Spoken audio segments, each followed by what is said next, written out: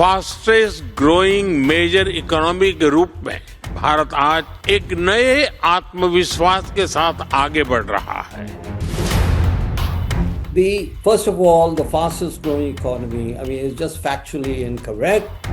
पहले के प्राइस और अब के प्राइस से बहुत फर्क है, कम से कम 30-40 रुपए, 20 रुपए, 10 रुपए ऐसे फर्क है चीज़ों पे। जैसे देश की करोड़ों महिलाएं वित्त मंत्री जी आपसे पूछना चाहती हैं, आप लखपति दीदी कर रही हैं कि आप ये लापता दीदी क्यों हो जाती हैं? तो जब दूध के 2 रुपए बढ़ गए तो आप खुद देखो ना, क्वांटिटी 100 किलो में कितने का फर्क आ गया, 200 रुपए का फर्क आ गया ना, तो 200 रुपए किलो कहाँ से पूरा करेंगे?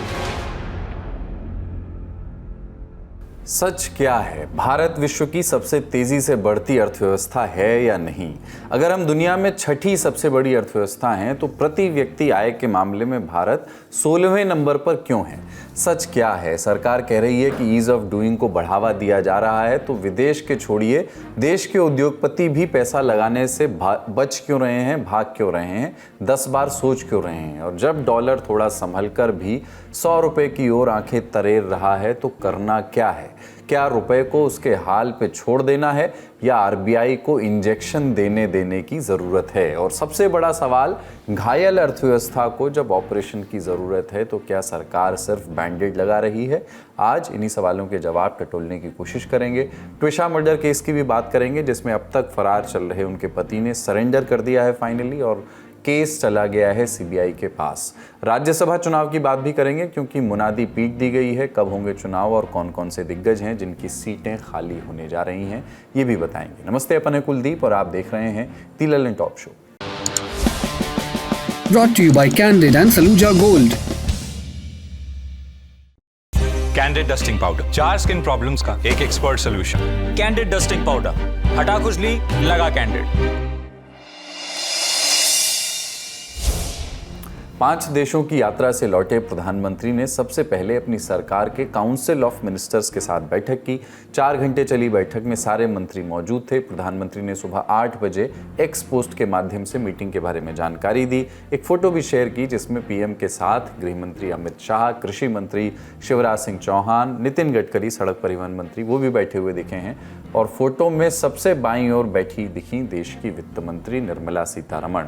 वो इस बैठक में तो नजर आई, लेकिन विपक्ष कह रहा है कि जब देश के आर्थिक हालात चर्चा का विषय हैं, तेल महंगा है, रुपया लगातार गिर रहा है, महंगाई बढ़ने की आशंका है, तो वित्त मंत्री नदारद क्यों हैं? न बयान आ रहे हैं, न मीडिया से बात कर रही हैं। अब निर्मला सीतारमण जी वैसे तो वित्त मंत्री हैं, लेकिन ये लुप्त मंत्री हैं। लुप्त समझते हैं, गायब, प्रकट ही नहीं होती। कल एक लिस्ट बनाई उन्होंने, जनधन योजना, लखपति दीदी। अरे देश की करोड़ों महिलाएं वित्त मंत्री जी आपसे पूछना चाहती हैं, आप लखपति दीदी कर रही हैं कि आप ये लापता दीदी क्यों हो जाती हैं, आप गायब क्यों हो जाती हैं? विपक्ष के आरोपों से इतर प्रधानमंत्री मोदी ने अपनी पोस्ट में विकसित भारत की बात की, ईज ऑफ डूइंग और ईज ऑफ लिविंग जैसी बातें भी कहीं। मीटिंग के अंदर से आने वाली खबरों ने बताया कि 2047 का विजन दिखाया गया है, लेकिन फिलहाल देश के जो हालात हैं, दुनिया के भी हालात वैसे ही हैं, उसमें भविष्य से ज़्यादा वर्तमान की चिंता करने की ज़रूरत है। और अब वो लोग भी चिंता जताते दिखने लगे हैं जो एक वक्त तक हर आर्थिक नीति पर मौजूदा केंद्र सरकार के साथ खड़े हुए नजर आते थे। कुछ लोग ऐसे भी हैं जिन्होंने मौजूदा सरकार के साथ मिलकर के नीतियां बनाने में भी अपना योगदान दिया है। देश के जाने माने अर्थशास्त्री हैं सुरजीत भल्ला, मोदी 2.0 में प्रधानमंत्री की इकोनॉमिक एडवाइजरी कमेटी में सदस्य रह चुके हैं। अपने कॉलम्स में वो आमतौर पर सरकार की नीतियों को डिफेंड करते हैं, उनके बचाव करते हुए दिखते हैं। लेकिन 21 मई को सुरजीत भल्ला ने अंग्रेजी अखबार इंडियन एक्सप्रेस में एक लेख लिखा जिसकी हेडिंग थी, BJP is winning the elections but losing the economy. जो अर्थशास्त्री मोदी सरकार की नीतियों का समर्थक रहा है, वो सीधे सरकार की नीतियों पर अब सवाल उठा रहा है। उन्होंने अपने कॉलम में क्या लिखा, आपको उसका जिस्ट बताते हैं। सुरजीत भल्ला कहते हैं कि भारत को दुनिया की सबसे तेजी से बढ़ती बड़ी अर्थव्यवस्था तो बताया जाता है। जीडीपी ग्रोथ पिछले 35 साल के औसत करीब 6% सालाना है, लेकिन सुरजीत भल्ला के मुताबिक ये तो अतिशयोक्ति है, एग्जैजरेशन है। असली बात तो ये जो शब्द इस्तेमाल किए जा रहे हैं ना, बड़ी अर्थव्यवस्था और 35 साल के औसत से तुलना करने में छिपी है। इसके बाद उन्होंने तर्क दिए कि क्यों वो इस 6% जीडीपी ग्रोथ को एग्जैजरेशन कह रहे हैं। पहला, 2014 से जीडीपी ग्रोथ के मामले में भारत की रैंक 9वीं रही है। दूसरा, प्रति व्यक्ति जीडीपी ग्रोथ में भारत 8वें स्थान पर रहा। तीसरा, और अगर डॉलर में प्रति व्यक्ति आय बढ़ने की बात करें तो भारत 16वें नंबर पर रहा है। और डॉलर में प्रति व्यक्ति आय बढ़ने के मामले में बांग्लादेश सबसे आगे रहा। हमारे पड़ोसी देश में प्रति व्यक्ति आय डॉलर में औसतन 8.3% हर साल बढ़ी और इथियोपिया नंबर 2 पर है 7.2% के साथ।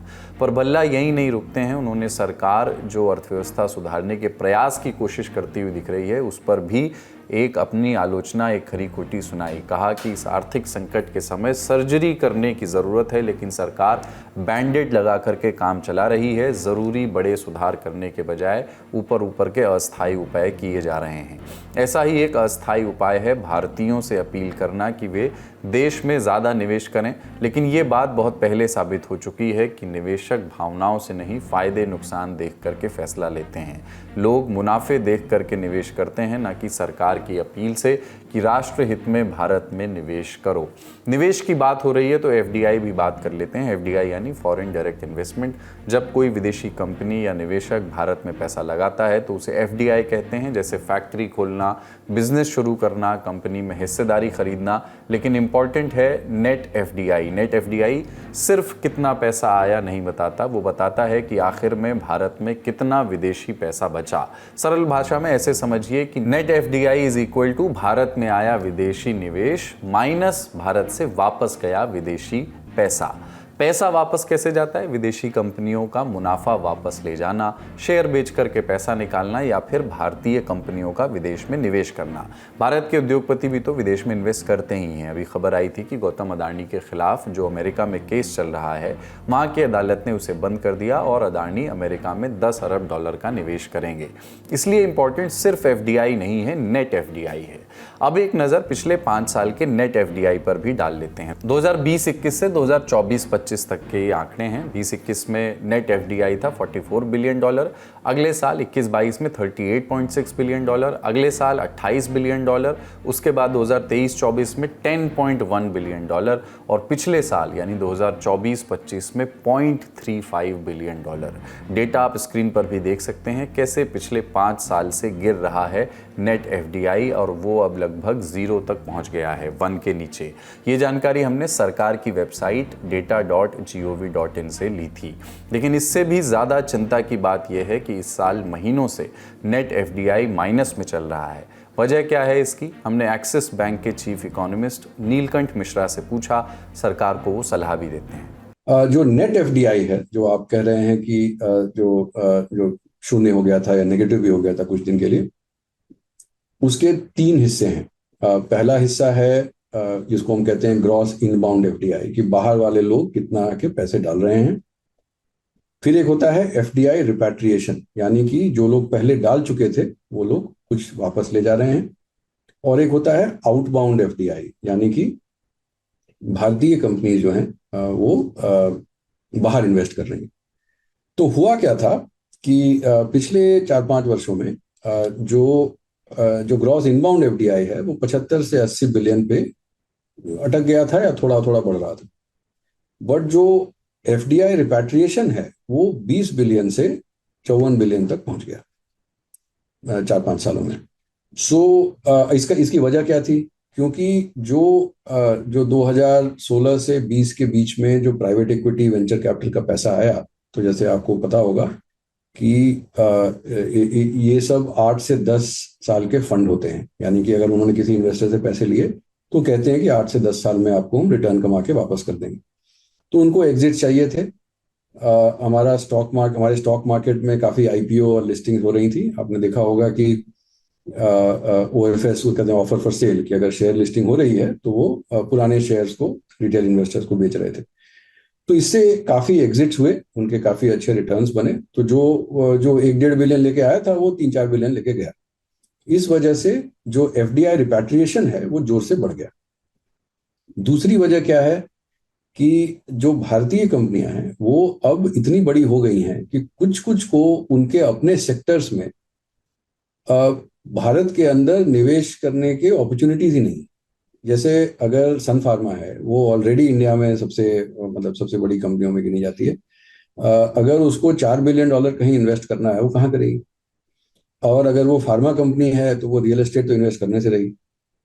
तो अब वो जाके बाहर में कोई कंपनी खरीद लेती है, तो ये डॉलर का आउटफ्लो हुआ। ये तो एफडीआई की बात हुई, लेकिन हालत एफआईआई की भी खराब है। इसको भी समझ लेते हैं। एफआईआई यानी फॉरेन इंस्टीट्यूशनल इन्वेस्टर, उसको एफपीआई फॉरेन इंस्टीट्यूशनल इन्वेस्टर या फॉरेन पोर्टफोलियो इन्वेस्टर भी कहते हैं। ये विदेशी निवेशक होते हैं जो भारत के शेयर बाजार में पैसा लगाते हैं, जैसे विदेशी म्यूचुअल फंड्स, बड़ी निवेश कंपनियां, पेंशन फंड्स, हेज फंड्स। ये लोग भारतीय कंपनियों के शेयर खरीदते और बेचते हैं। पर मसला यहाँ भी नेट एफआईआई का है, माने विदेशी निवेशकों ने कुल मिलाकर के भारतीय शेयर बाजार में पैसा डाला ज़्यादा या फिर निकाला ज़्यादा। सिंपल फॉर्मूला है, net FII is equal to विदेशी निवेशकों द्वारा खरीदे गए शेयरों की कीमत, यानी उसकी जो वैल्यू है, और माइनस बेचे गए शेयरों की कीमत। जैसे किसी एफआईआई ने मान लीजिए 10,000 करोड़ के शेयर खरीदे और 7,000 करोड़ के शेयर बेच दिए, तो नेट एफआईआई बना 3,000 करोड़। इसी से पता चलता है कि विदेशी निवेशक हमारे बाजार पर कितना भरोसा कर रहे हैं और ये भरोसे में दम है या नहीं। आप स्क्रीन पर देख सकते हैं, 5 साल का डेटा देखें तो पिछले साल 1.27 लाख करोड़ रुपए विदेशी निवेशकों ने भारत के बाजार से निकाल लिए। रिपोर्ट बताती है कि इस साल सिर्फ मई तक एफआईआईज ने 2.2 लाख करोड़ रुपए हमारे बाजार से निकाल लिए हैं। क्या वजह है इसकी? क्यों विदेशी निवेशक हमारे बाजार से पैसा निकाल रहे हैं, समझते हैं। फॉरेन पोर्टफोलियो इन्वेस्टर्स का जो आउटफ्लो है वो काफी चिंताजनक है। इसमें इसके काफी वजह हैं इसमें। पहला है कि जो एफपीआई इंडिया आता है, फॉरेन पोर्टफोलियो इन्वेस्टर, वो इमर्जिंग मार्केट और एशिया फंड्स के थ्रू आता है। क्योंकि देखिए, भारत का जो मार्केट कैप है कुल 4.5-5 ट्रिलियन, ये ग्लोबल मार्केट कैप का 2.5-3% ही है। तो अपने आप में एक एसेट क्लास नहीं है। यानी कि कोई भी ग्लोबल एसेट एलोकेटर, मान लीजिए कोई यूनिवर्सिटी का एंडाउमेंट है या कोई बड़ा पेंशन फंड है, वो सीधे से भारत में पैसा डालना उसके लिए मुश्किल होगा, क्योंकि बहुत छोटा मार्केट है उनके लिए। तो वो इमर्जिंग मार्केट और एशिया फंड्स में के थ्रू पैसा डालते हैं इंडिया में।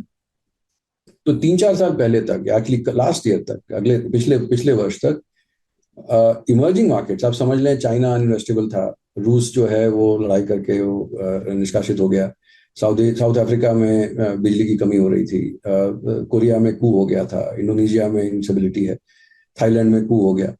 तो जितने ब्राजील में वो बोल्सोनारो लूला जी के झगड़े हो रहे थे, इसमें इमर्जिंग मार्केट्स में पैसा डालने में लोग कतरा रहे थे। दूसरी वजह थी कि भारत के अंदर भी आप देखें, जो वित्तीय वर्ष 2025 था, इसमें फिस्कल डेफिसिट भी गिराया जा रहा था। फिस्कल डेफिसिट गिराने से जो इकोनॉमिक ग्रोथ है वो स्लो हो जाती है, और मॉनेटरी टाइटनिंग भी हो रही थी। यानी कि कुछ वजहों से क्रेडिट ग्रोथ जो है वो उसको रेगुलेटर ने स्लो करा दिया। अब दोनों चीजें साथ में होती हैं तो इकोनॉमी में ग्रोथ स्लो डाउन काफी जबरदस्त आता है। तो वही हुआ, और इस वजह से जो भारतीय कंपनीज के प्रॉफिट का प्रोजेक्शन था उसमें बहुत जबरदस्त डाउनग्रेड आया। तो वो डाउनग्रेड होने के कारण जो विदेशी निवेशक हैं उनको लगा कि भाई, अगर पूरी दुनिया में ये नहीं हो रहा, भारत में अर्निंग डाउनग्रेड नहीं, तो हम छोड़ देते हैं इंडिया। थोड़ा जब स्टेबलाइज हो जाएगा तो वापस आ जाएंगे। लेकिन इस पर सुरजीत भल्ला का कहना है कि हमारे देश में बिजनेस के लिए अच्छा माहौल नहीं है, इस वजह से इन्वेस्टर्स हमारे यहाँ पैसा नहीं लगा रहे। हमारे देश की कंपनियाँ ही नियमों से डरती हैं, विदेशी क्यों पैसा लगाएंगे। इस पर भी एक्सपर्ट से बात की। और जो एक शब्द जो मीडिया में बहुत यूज किया जाता है, जो सरकार भी यूज करती है, जिसको ईज ऑफ डूइंग बिजनेस बोलते हैं, क्या वो एक कारण है कि भारत ऐसे रिफॉर्म कर ही नहीं पाया है? क्योंकि फॉरेन इन्वेस्टर भारत में निवेश नहीं कर रहे हैं। एफआईआईज, एफडीआई बिल्कुल सूखा पड़ गया है। मैं इसका फ्रेम थोड़ा चेंज करना चाहूंगा, बोलूंगा कि it's not just ease of doing business, actually certainty of doing business. ये बहुत सफर किया है पिछले कुछ सालों में। एक फॉरेन इन्वेस्टर, एक फॉरेन निवेशक को क्या चाहिए? उसको बेसिकली प्रेडिक्टेबिलिटी चाहिए, उसको रूल ऑफ लॉ चाहिए, उसको एक स्थिर पॉलिसी चाहिए, और अगर कुछ उनको कोई और अपॉर्चुनिटी मिले या कोई डिस्प्यूट हो तो उनके लिए देश से पैसा निकालना या इन्वेस्टमेंट अनवाइंड करना बहुत जरूरी है। ये चीजें जो हैं, ये सरकार, मेरे को ऐसा लगता है, नहीं समझ पा रही है। आप देखिए, उसको फॉरेन का एफडीआई आने में क्या प्रॉब्लम होती है? ज्यादातर टैरिफ होते हैं। ठीक है, टैरिफ पे डिबेट चल रहा है, दुनिया बहुत तरह के टैरिफ एक दूसरों पे लगा रही है, बट उससे भी ज्यादा इंपॉर्टेंट एक्चुअली क्वालिटी कंट्रोल होता है। क्या आप किस तरह की क्वालिटी कंट्रोल लगाते हैं फॉरेन डायरेक्ट इन्वेस्टमेंट पे, जिससे कि उनके लिए आना आसान या कठिन हो? एक्चुअली इंडिया में क्वालिटी कंट्रोल लगभग 50 से कम 2017 में थे और अब 700 से ज्यादा हो गए हैं। तो आप सोचिए, अगर मैं एक निवेशक हूं जो बाहर से पैसा ला रहा हूं, वो देखेगा कि इतने सारे कंट्रोल हैं, इतने सारी चीजें मुझे देखनी है, तो मैं शायद कहीं और पैसे ले जाऊंगा। भारत को ये भूलना नहीं चाहिए कि इवन दो हमारी अर्थव्यवस्था अच्छी है और गति से बढ़ रही है, हमारी इकोनॉमी का साइज कैलिफोर्निया स्टेट से भी छोटा है।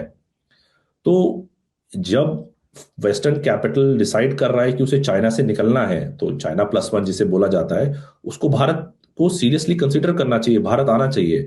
लेकिन जो लास्ट 5-6 साल का डेटा है वो क्लियरली बता रहा है कि ये जो कैपिटल है ये वियतनाम जा रहा है, इंडोनेशिया जा रहा है, मेक्सिको जा रहा है, बांग्लादेश जा रहा है, लेकिन भारत आ ही नहीं रहा है। तो जो आपका जो फॉरेन निवेशक है वो उसके सारे के सारे जो इन्वेस्टमेंट अपॉर्चुनिटीज हैं वो ड्राई अप होते जा रहे हैं।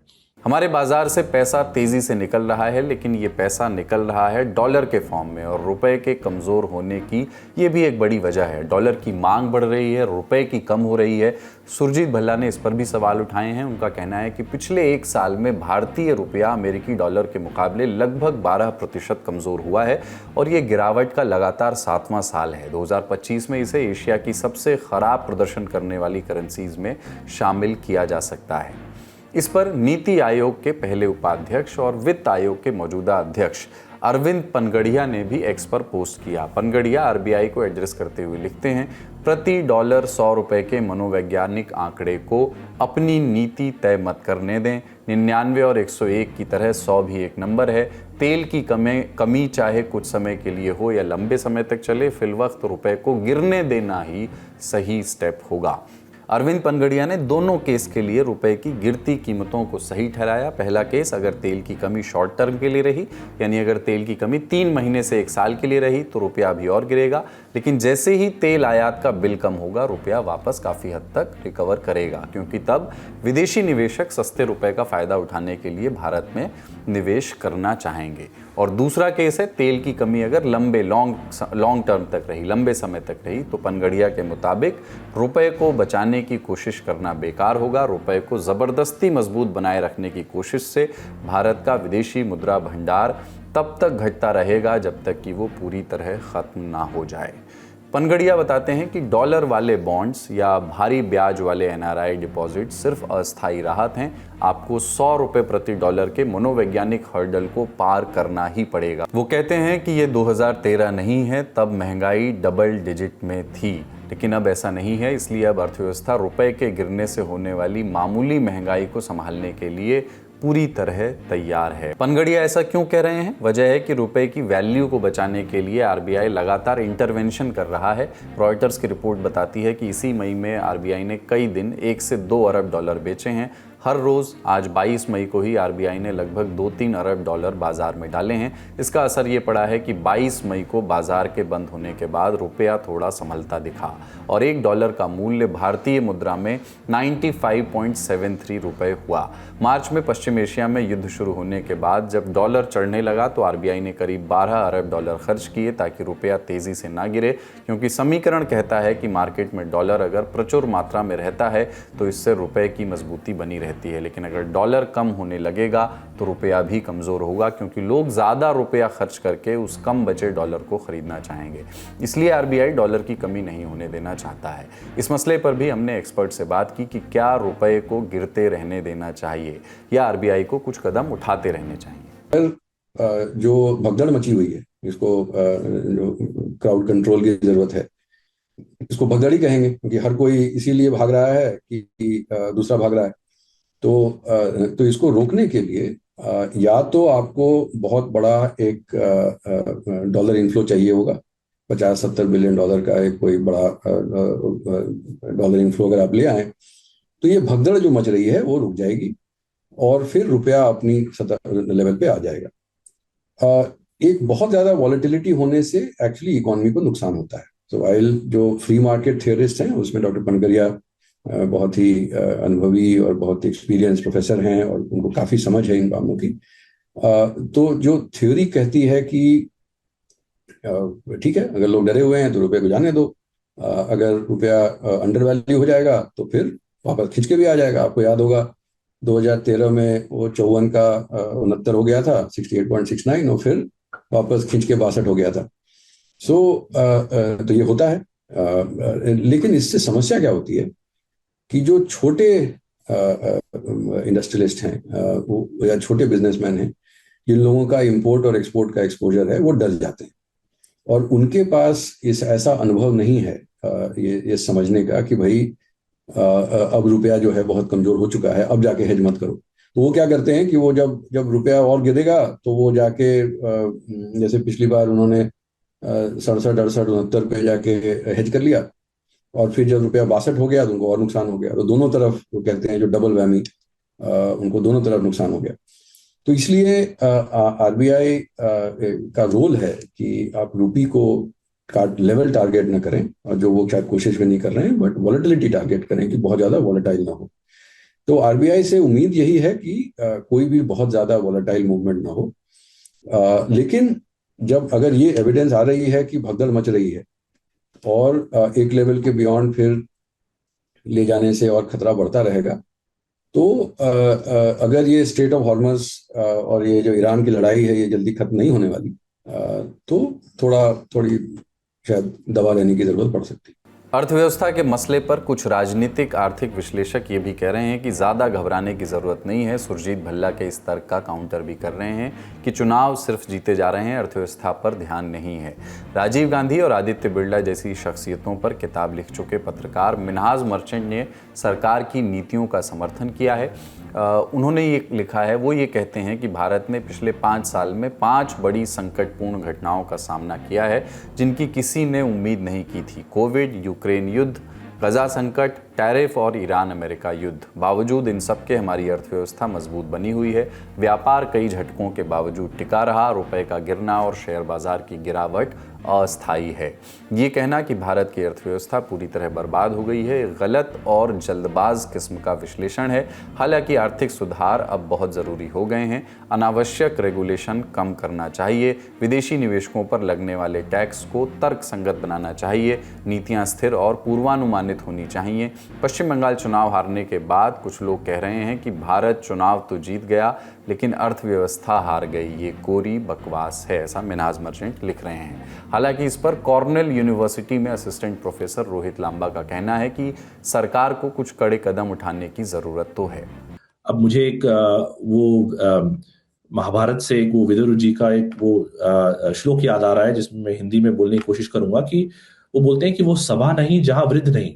वृद्ध का मतलब यहाँ पे आप एक्सपर्ट समझ सकते हैं। तो वो सभा नहीं जहां एक्सपर्ट नहीं, वो एक्सपर्ट नहीं जिसमें धर्म नहीं, जो धर्म का पालन ना करे सही से, और वहां धर्म नहीं जहां सत्य नहीं।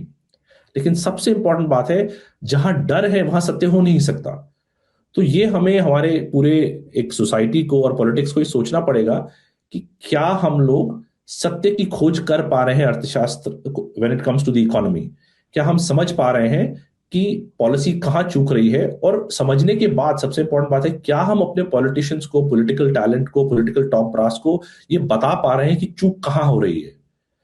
और अभी एक बहुत बड़ा अवसर है। मैं अभी इस बात को क्यों एम्फसाइज कर रहा हूं, क्योंकि एक मेरे बहुत ही प्रिय इकोनॉमिस्ट है एल्बर्ट हर्शमैन, उनका एक आइडिया था एक ऑप्टिमल क्राइसिस, कि जब एक क्राइसिस आती है आप उसको ऑप्टिमल कैसे बना सकते हैं। और क्राइसिस आ रही है, ऐसा नहीं है कि कोई पैनिक करने की जरूरत है, लेकिन एक इकोनॉमिक क्राइसिस, एक कैसी सिचुएशन बन रही है, और आप उसको, इस आपदा को, इस अर्थव्यवस्थिक आपदा को आप एक अवसर में कैसे बदल सकते हैं।